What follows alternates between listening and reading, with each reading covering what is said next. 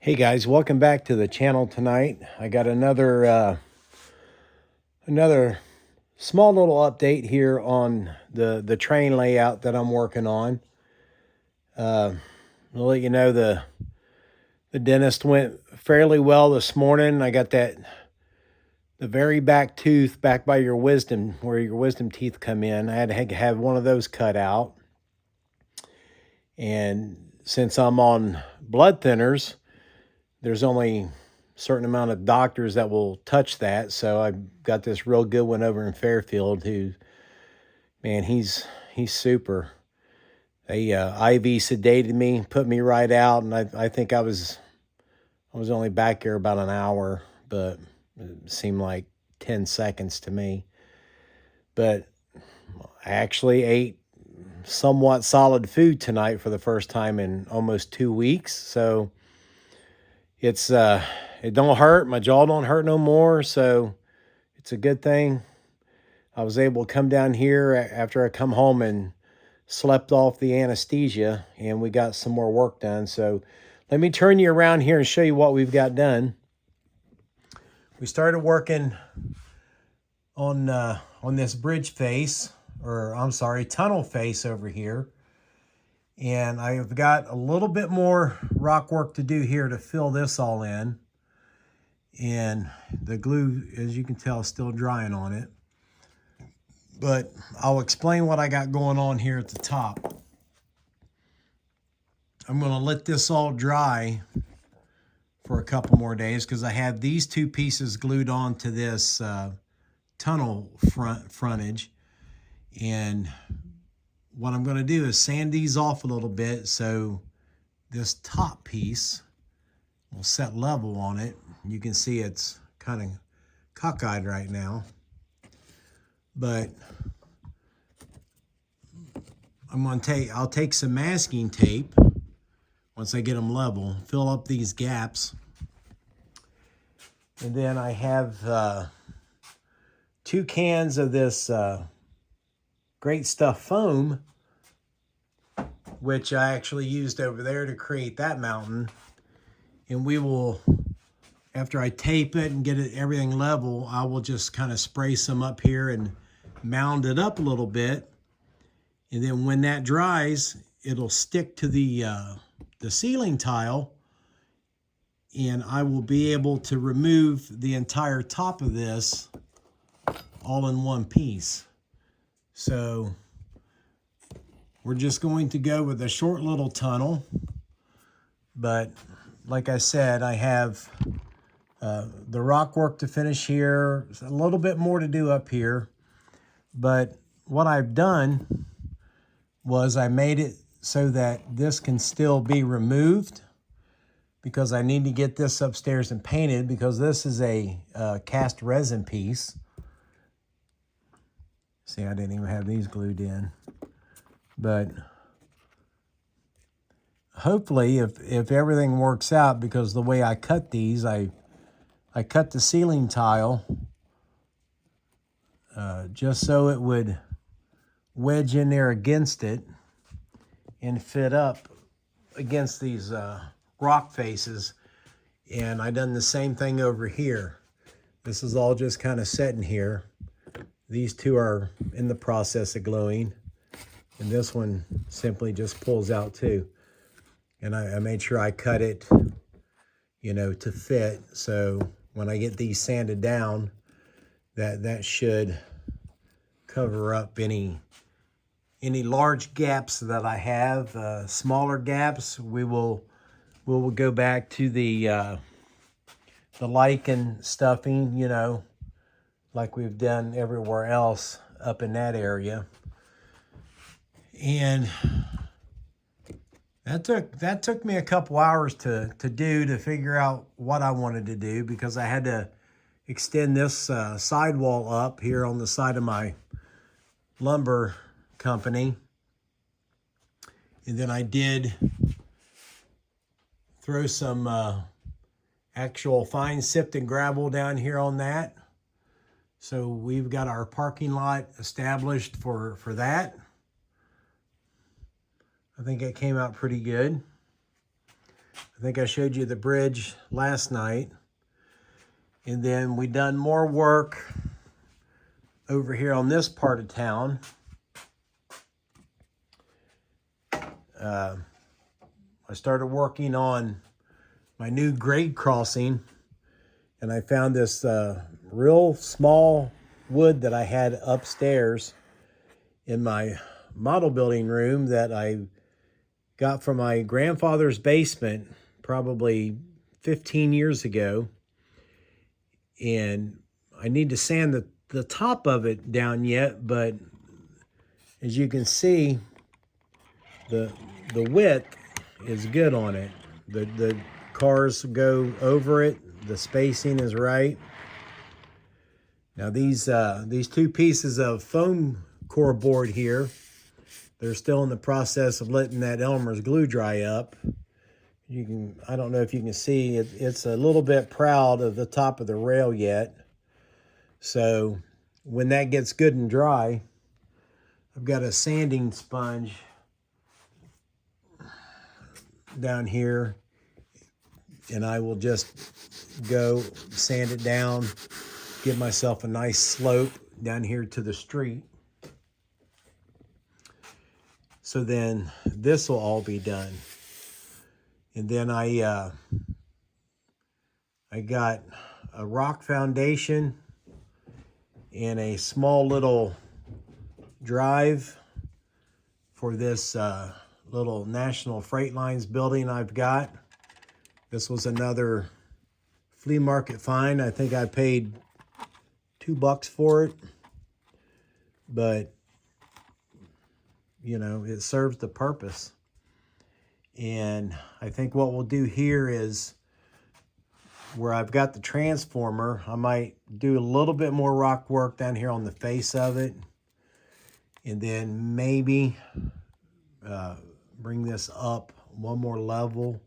I don't know yet. And then over here, I'm going to put an old abandoned factory. We sanded out the foam core so it can match the street level, so we have nice transition. I might actually sand this back a little more, but this is going to be filled with probably just some, you know, debris and stuff, whatever. It's just here to fill up space. And that's the foundation for the building. Once the glue sets, I'll pull the pins and we'll be able to paint it up. I penciled in a sidewalk on the front of it for the office people that used to be there. Let's see, I did sidewalks on our hardware store. And then we started working on really transitioning our hill here.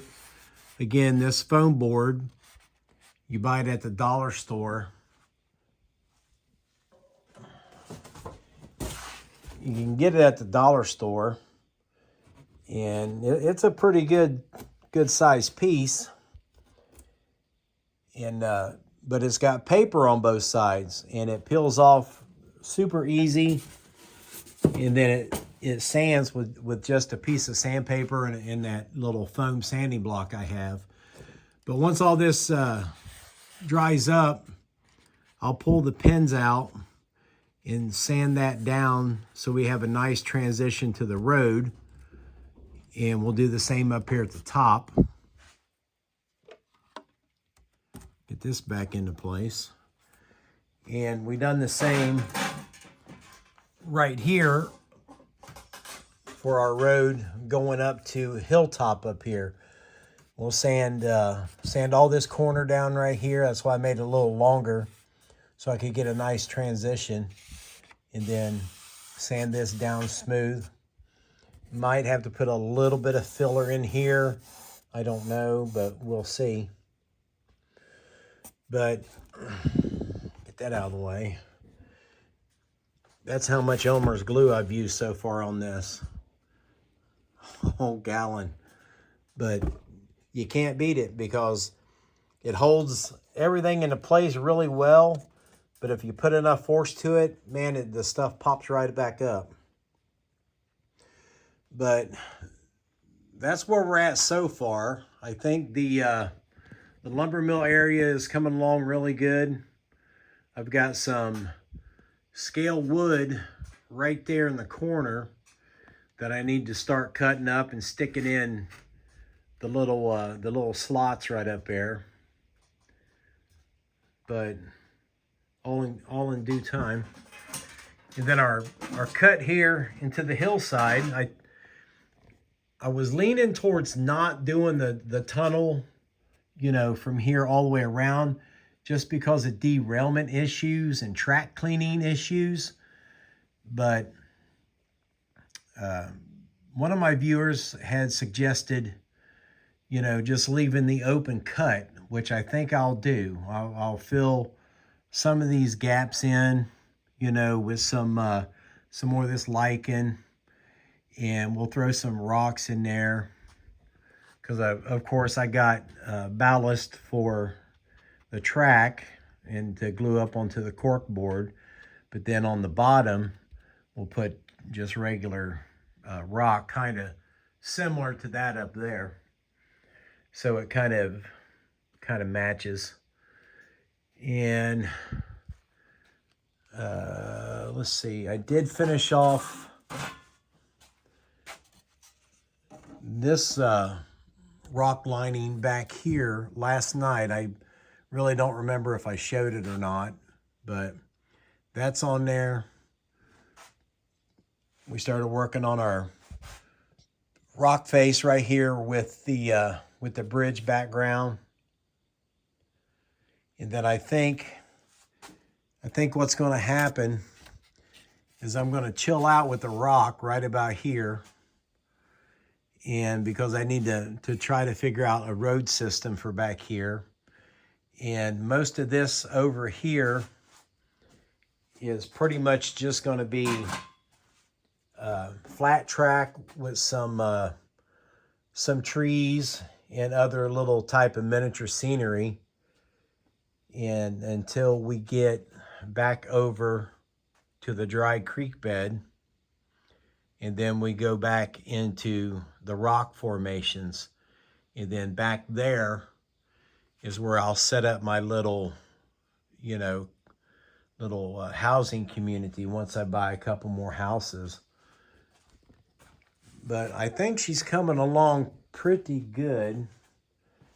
And then another thing I was working on for about an hour. Oh, I put this little chain link fence up here. I actually made the fence from a piece of window screen. You can probably tell it, but when you step back here, it's gonna look pretty good. I was concentrating on this little area right here before I decided to give my brain a rest. And because I don't really have a good place to put this KFC, so I'm going to stick him up here. But I need a street right here. So I thought I would take this piece of foam core, a foam insulation board I bought at Lowe's. I sanded me down a nice ramp to it, and I was gonna get it glued on here securely, and then put some posts going from the bottom of it to the top of this piece of wood right here, this wood trim I have on my table as my supports for a bridge. But that's too close. Yes, it clears, but it's too close. And the problem is, if you look, I've got 2-inch pink foam, 2-inch pink foam, and then I have this little, I think it's 1/2-inch green foam up here. We'll go back over here. And then over here, we have pink foam back here. Pink foam, green foam. But right here, I got blue. So I think, you see the blue right here. We got pink foam, blue foam. So the blue is a little bit shorter than that second layer of pink, or the first layer, if you can see it right there. This is why the bridge worked out up here, but it's going to be too short there. So I have to figure out now how I want to do this. I've got this little 1/4-inch foam board that I could, you know, extend my on-ramp a little bit. And that would raise me up probably enough. But then I also thought about notching this out, you know, wide enough for, take about half of it out. And that would give me, you know, that much more room under it. Because nothing I run is really going to be higher than these box cars. That's why I've got them all on there right now. And they are just about the same height as my Motive Power. I don't have anything higher than those. I don't know, in the future, I might purchase a, you know, like an Athearn Blue Box or something like that. One of those really good motors with, or engines with the really good flywheel motors in them and stuff. This is just a Bachmann. You know, Bachmann's not the greatest toy trains out there, but I mean, they serve the purpose. You know, they look good, they run fairly well, but there is better out there. It's all about what you want to pay for it. But I think we're looking good up here. Now the ideal, you see, I got paneling on this side, which was actually paneling that came off these walls. That's another story we'll get into. Got it over here too. But I went 10 feet from this edge back to that 2x4 wall. And I think I am like, I don't know, 12 feet from back here up to there. And then we have a spread of about 10 feet right up here from this corner over to here. Thereabouts. I think that's what I had drawn out. But what I'm going to do, and probably here within the next few months, is I'll leave this paneling up, but coming from right here, I will just go straight across and then come up a little. Well, I'll be on that pink foam. I'll stay on the pink foam, come over to this end, and I want to buy just some cheap black fabric. We'll put some double stick tape on there. And that way this bottom is all covered up. You won't see all of this jumbled mess once I get it all pushed back under there. This is all open under here. I don't have anything under there, but this is a old piece of some type of carpet that I got from a job I was working on. And I don't know, it's a little much because you can't get up in there. I don't have anything in there. So that's all wasted space. So if I put the fabric up there, I'll be able to pull it up real quick. And then what we're going to do here on the hillside is I'll bring the fabric all the way up to the bottom of these rocks. And we'll just pin it in place. And we'll cut it short, you know, and just cover the pink and the green up here. Because we'll have the road painted, And then, you know, you'll have the decent paneling down here showing. And then eventually, hi dog. Eventually, I want to put either some tile down here or some carpet of some sort. Something fairly cheap and inexpensive. And long term,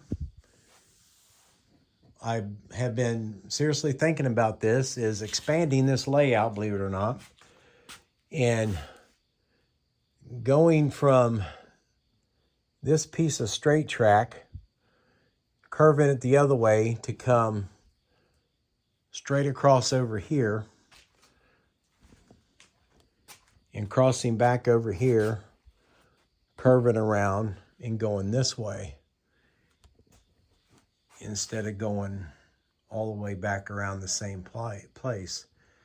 I don't know, but I might put a switch there. I might put a road right there because I got a road coming out here and it could come straight across, you know, and hook up over here. But that's, you know, that's a long-term goal. The even longer term, I'll give you guys a quick walk around the basement here.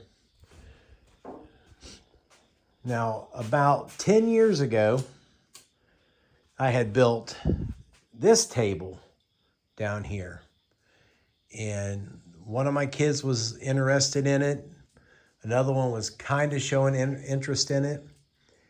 And they lost interest in it. I lost interest in it. So it needs to be completely removed and took out of here because we have the water heater, the furnace. But my super long-term goal is to eliminate this curve, come straight out of the hole here, and go all the way down here another 25, 30 feet, whatever it is. And then we'll curve around, go back that way. See how much longer that is? And I want this thing to go around my entire basement eventually. But I'm thinking I gotta get rid of this old water heater. You know, it'll probably just be 1 or maybe 2 feet wide around this back wall, all down this wall. And we'll go to where you see that paneling. Say hi, Lucy. And that is just a bunch of crap that I did. I want to, that goes right here. I want to curve around that wall, come around to this wall over there. Now, all this was a closet I built for my oldest son when he come back from the military, because I had already moved upstairs and he made this his house, so to speak, on both sides for about 2 years until he got himself established and built his home. But I want to bring that train all the way down this wall, curve around, and the larger goal is to have, like, you know, a whole train yard right through here. So this might be 3 or 4 feet wide. And we'll come around this way, do more looping around, put a big curve around this secondary sump pump I have here, so I don't have to go around all this pipe, and come around back to this wall over here, jump out a little bit, and then go connect back up over there. But that is the ultimate goal for me is to have this train run through my whole basement. I think that would just be fantastic. But I'm not set up for it yet. I don't have the correct locomotives for anything like that. I don't have any more track. I obviously don't have a good enough transformer for that, but you know, all in time, guys, all in time. That's the thing they say with a model train layout is it's never finished. But I just wanted to give you an update today. The dentist went really well, and we're starting to work on our mountain here for Hillside, which is what we're calling this whole area up here is Hillside, just because of that. I thought that was very fitting. And we'll let all this Elmer's glue. It takes about 2 days for it to actually all set up and, you know, dry up real good to where you can actually work on it and it doesn't move. But that's okay, because I can move on to another area. But I think the next phase tomorrow, I'm really gonna sit down and get this bridge figured out, because remember, I still want to make a parking lot or maybe a row of trees right here, some grass, to be part of the railroad museum. But we'll do some concrete all the way around KFC, because I can't just ignore him, because when I built it and put people inside of it. So there's people inside, outside. You have to make them a parking lot and all that stuff. But, you know, I hope you guys are enjoying these train videos. I know I do, because it's modeling, yes, but it's a little bit beyond modeling, because like this stuff, you can just come downstairs and be as creative as you absolutely want to be. And let me tell you, I told my wife last week, I said, the rock work that I was doing over here on this spot, the harder I tried to make it look right, the harder it was to get it to look right, if that makes sense. So, you know, I take just a sheet of ceiling tile. That's all it is. And you just put 2 hands on it, snap it. You just break it off and you glue it in, and you don't think about it. You just put it on there. You just glue it on and put it on.